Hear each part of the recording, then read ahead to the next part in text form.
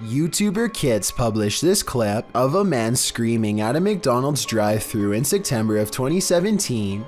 Kits noted this was typical Miami and wrote that the man was shouting at the top of his lungs,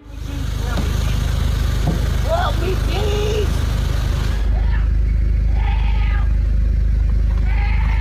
This man is off it." Even though it was only 4 a.m. Absolutely no reason for this man to be screaming and throwing himself around so early in the morning, he wrote. The uploader said that before he started filming, the man in front of him was going crazy in the backseat of his car, kicking the roof of the car over and over, making it shake violently for around a minute prior to the recording. You can see the car shaking slightly in the video before the man gets out of the back seat and starts shouting into the night. The uploader claims it was substances that are causing him to act like this, and I agree with that theory. There just doesn't seem to be any other explanation. A Russian YouTuber plays Russian roulette with poltergeists in this paranormal footage, published to YouTube by Dark Ghost in March of 2021. This poltergeist activity was captured by cameras installed in the haunted home, as well as cameras operated by the ghost hunter who was brave enough to enter. The first instance of paranormal activity comes when a camera that he installed in one room captures a cupboard being moved on its own. It scrapes across the floor and comes to a halt in the middle of the room.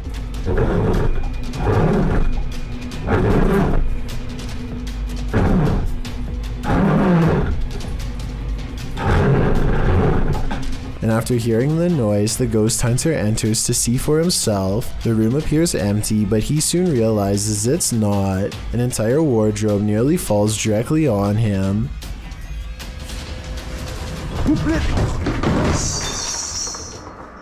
There is no space behind the wardrobe for someone to have stood and pushed it over. So what caused this heavy furniture to fall? In a state of shock, having barely escaped with his life, the ghost hunter sets up his spirit box to talk with the spirit. It asks him clear as day who he is and why he's here. The spirit tells him that it is dangerous. When he asks what is, she says his occupation. The spirit tells him that the souls of the passed away have heard him. She also notes that they're not all good ones. After a while, she refuses to answer any more questions. When the ghost hunter returns to the room where the cupboard moved and the wardrobe nearly took his life, everything has returned to its place. As he settles in for the night, somehow catching some shut-eye while stretched out on wooden chairs, a spot of light bursts above him, and he springs to his feet.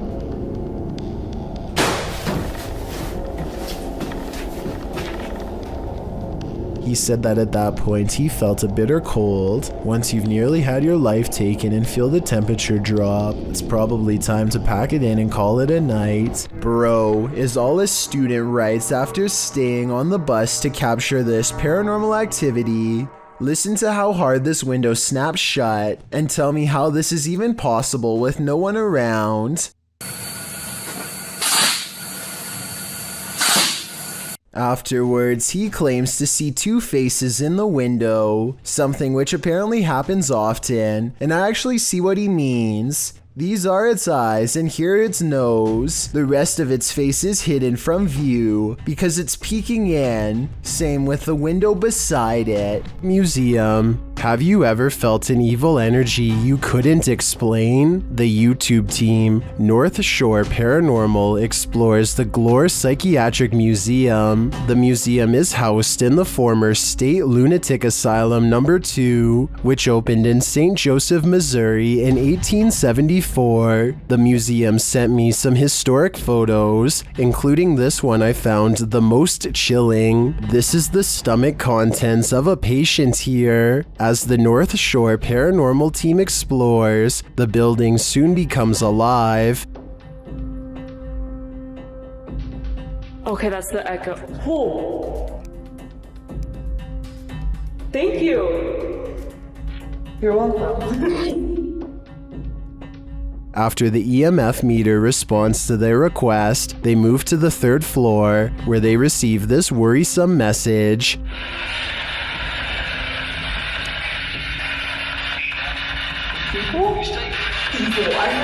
On the 2nd floor, they start to hear things.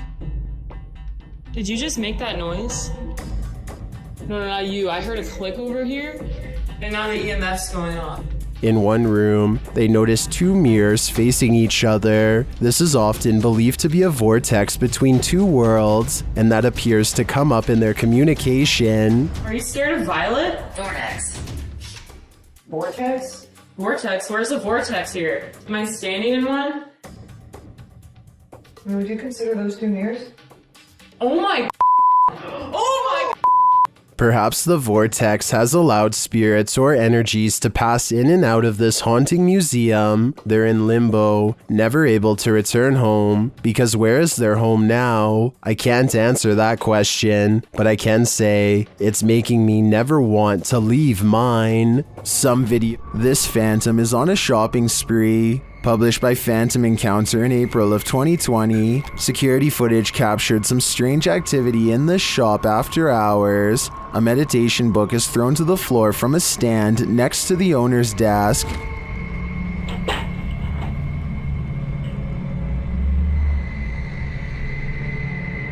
A moment later, a loud noise is heard off screen, like something has been dropped to the floor.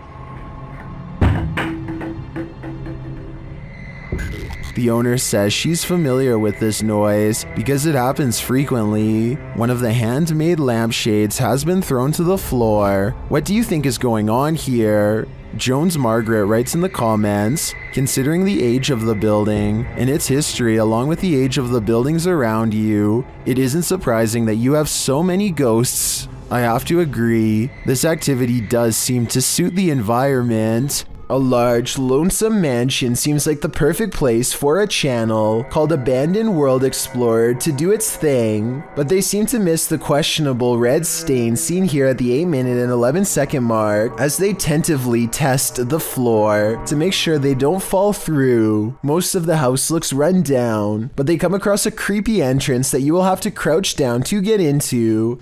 The passageway goes on for 3 full minutes until they find an even more foreboding staircase descending deeper. It looks like the steps could break away or something could reach out from below. The very bottom floor feels extremely off and wrong. He's poking around when something grabs his attention from behind.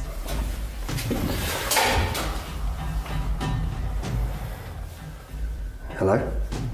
This odd area of the house personally gives me the feeling that someone was kept here away from the rest of the family, though I don't know why. He understandably leaves before he gets a chance to investigate what was possibly down there with him. A man finds himself trapped on the 30th floor of the Shinjuku Center building in Tokyo after the entire city was rocked by a 9.1 quake. Now nowhere is safe and there is nothing left to do except to record as doors and cabinets swing open uncontrollably and the entire building shakes.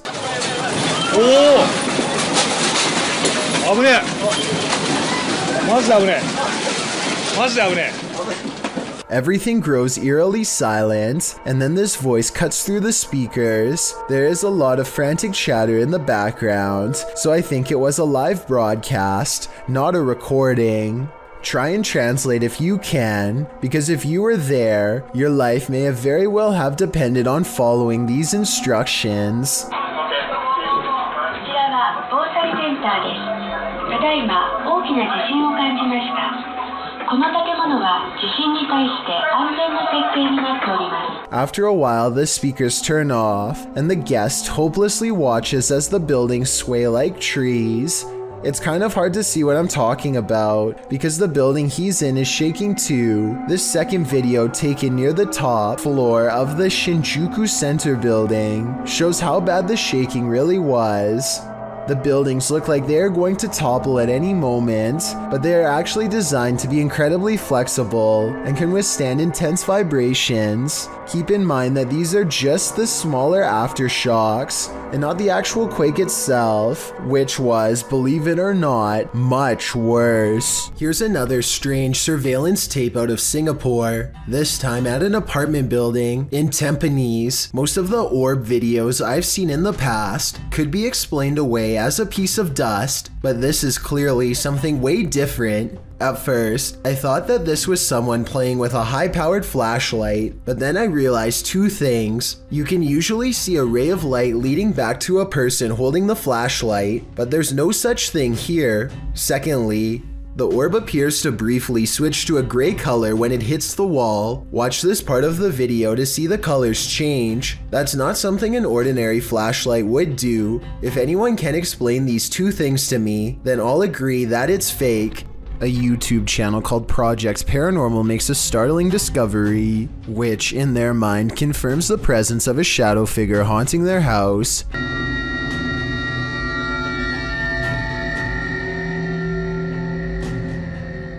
The mysterious shadow figure could just be someone walking behind the camera, but it's weird how the shadow doesn't really change shape in the doorway. It should get smaller or disappear in the doorway because of the added depth, but like I said, it doesn't seem to change much at all. The UK explorer reaches the top floor of an abandoned house and finds himself standing outside of an old break room kitchen.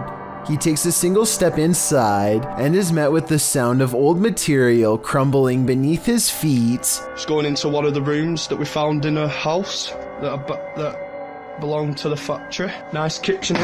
I did in fact fall. Luckily I didn't go right through. He falls up to his waist and puts his arms out at the last second to save himself, shutting off his camera in the process. A newly formed hole in the brittle floor shows a massive drop, ending in piles of sharp-edged debris. Even if he did survive the fall, no one was around to help 4 miles in all directions. Number 11.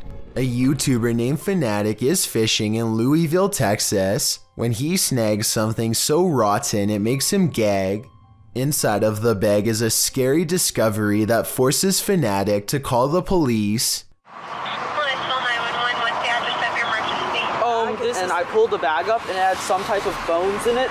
I don't know if they're animal bones or human bones or if they're... The entire 911 conversation is recorded, and a police officer shows up to investigate, so there is absolutely no doubt that this video is legit. They take the bags of bones away for evidence, and as far as I know, the lab results have never been made public. Dennis and Tim of Nerve Paranormal return to the Atkinson Manor to see if there's anything they've missed their first time around. There certainly is something they've missed before, and it definitely does not miss them. They are first greeted by a stuffed animal that I don't think was there before. It looks much less dusty than the steps around it, and therefore was probably put there recently. Nerve Paranormal could have put that there themselves though, so even though it's creepy, it's also easily disproven. Less easy to disprove, however, is when they hear this commotion while holding a spirit box session.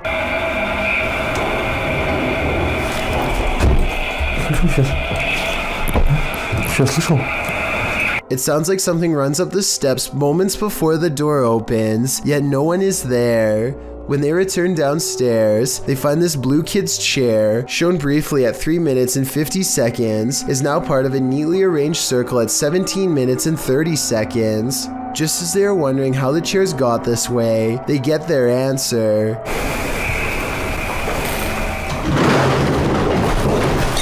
This still frame, taken in a flash of his camera at 17 minutes and 44 seconds, shows the chairs 1 second before they pull away. You can see no strings running on the floor whatsoever. I don't see how this is possible unless they put magnets on the bottom of these chairs and slid them across the ground from one floor below, which requires 4 different people and a lot of effort. Instead of running away to somewhere safe, they stand their ground, which seems to make the ghost of the manor grow even more displeased.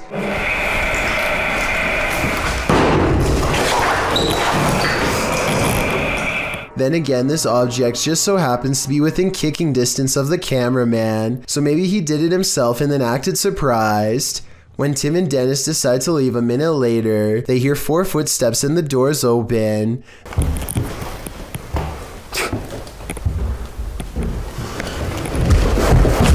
This could be a spirit or it could be their friends.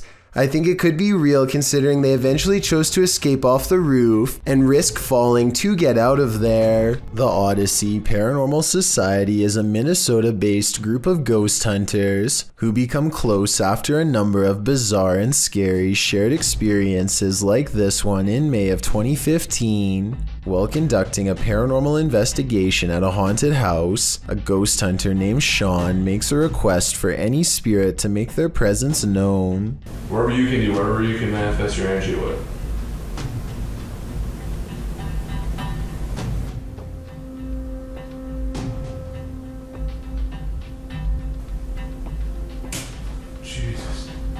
Two orbs float overhead, followed by a loud noise that makes Sean jump. The next month, they get more paranormal evidence that the house is haunted, this time in the basement when a hideous ghost face appears on a night vision camera in the window at 2 a.m. There's also some kind of light anomaly at the very beginning of this video that could be an apparition. Light shouldn't be reflecting off of anything in a dark basement, so this is bizarre. And 5 years later, the Odyssey Paranormal Society continues to make ghost hunting videos that are beyond creepy. They are exploring the second floor of an abandoned home when they stop for a moment to try and communicate with the other side.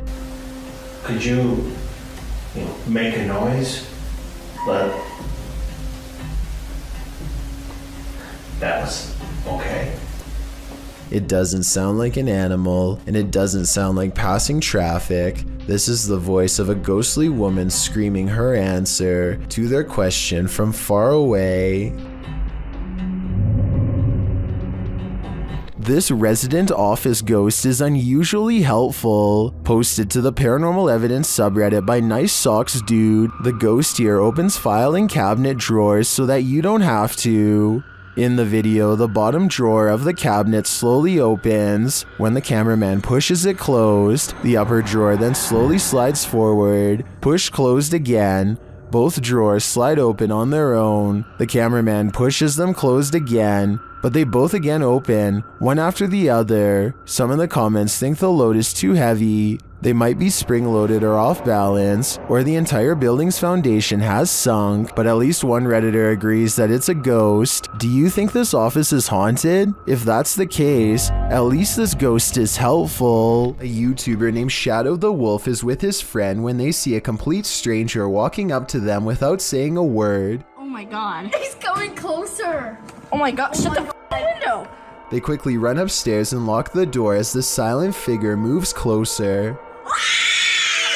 I have little doubt that this video is real, because they are just some kids and this is clearly a full-grown man. They realize he is trying to get in through the garage and quickly lock the basement door. I'm not sure if this is some random person or a fan, but with over 19,000 subscribers, I think it's possible that this could have been one of them. A YouTube channel called Finsk Dashcam is simply a collection of videos from a person's drive to and from work.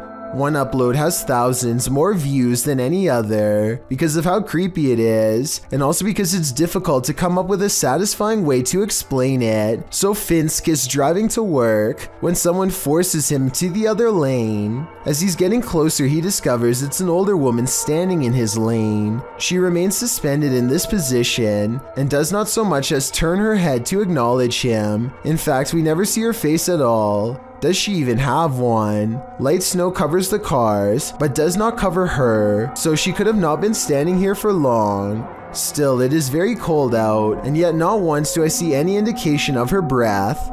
Is she alive? A ghost? Finsk slows down, and I want to say he helps her, but the video ends before we get a chance to really see. This was made in 2017, and no update has been provided, so I guess what happened next will have to stay a mystery. The team from YouTube channel Paranormal Nightmare TV series encounters demons in this haunted house. As one of the home's residents gives the team a tour, she expresses surprise at the silence, and the spirits respond in kind. You know it's here, but it's like, it's quiet, because usually you'll hear like a little bit banging or something like that, but there you go. The team conducts a spirit session in the house and they tell the spirit to leave. They don't want you here. Say, oh my gosh. He then hears a noise which is not entirely captured by the audio. Noise. It sounds like a door or somebody walking on wood, kind of. Explain it. It's the weirdest sound. A moment later, the audio does capture this. Okay. Alright. Yep. I can't do this, please.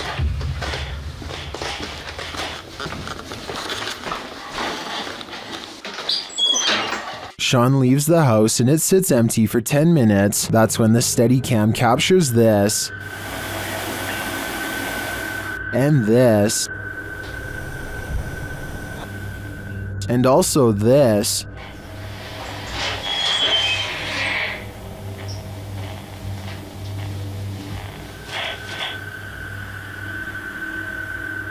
What happened there? Was that paranormal activity? I think the spirits in the house are taunting the crew, just as they do the homeowners. But the real question is why? What are they here for? And what will it take for them to leave? Someone is watching in the woods. Published by Mr. Horror, this short clip shows a group hanging out in the forest and what looks like the ruins of an abandoned structure. As the camera turns from the surrounding trees to the building, it captures something creeping around the door frame.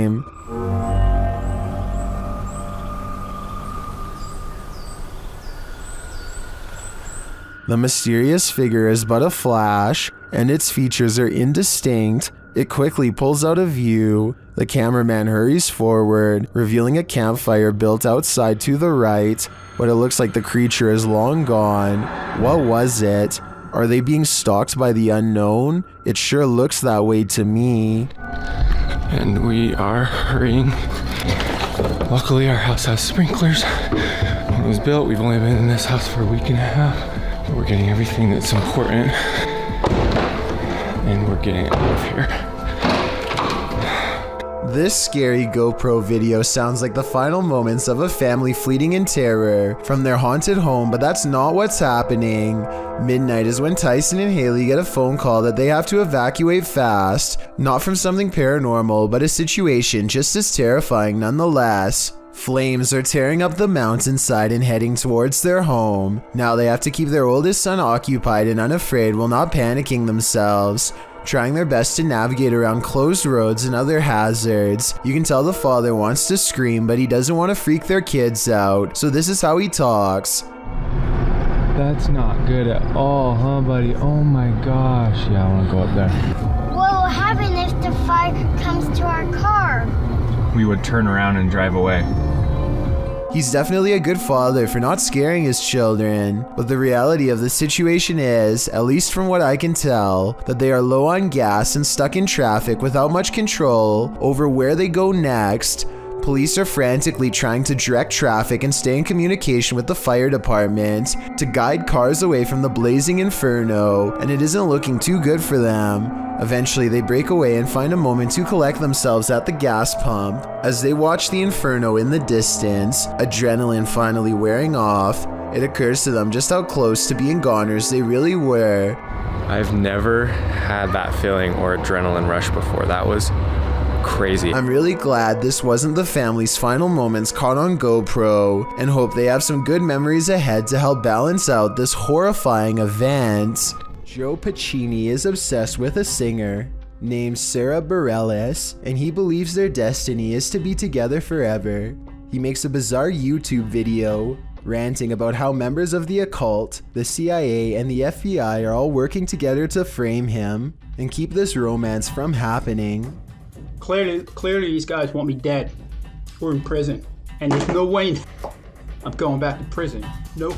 The video is hard to understand because of his disjointed, rambling logic, but apparently there was some kind of incident at the local gym, and now a police detective is calling Joe's number. Hello, my name is Matt Huffnell. I'm a detective with Haverford Township PD. I'm trying to reach Joe Pacini concerning an incident report that was made at the LA Fitness here in Havertown. Joe, could you give me a call at your earliest convenience? This simple request sends Joe over the edge. Instead of calling the investigator back, Joe makes a series of YouTube videos threatening the investigator along with his entire department. You want to try to bring me down? I will kill you and your whole family, alright? So go ahead. Joe switches from calm and collected to yelling and screaming as he tells everyone to back off. He eventually calls the detective back and leaves a message telling him to check out his YouTube channel for more information. The police eventually find Joe driving around and immediately pull his vehicle over. According to their report, Joe backed his car into a cruiser and they took his life immediately. I was never able to find out what happened at the gym, so if you know why the police initially contacted him, then please let me know. Thank you so much for getting me to 50,000 subscribers here on my Clips channel. If you want to support, please press that subscribe button. Let's get to 60,000 subscribers next. Thank you.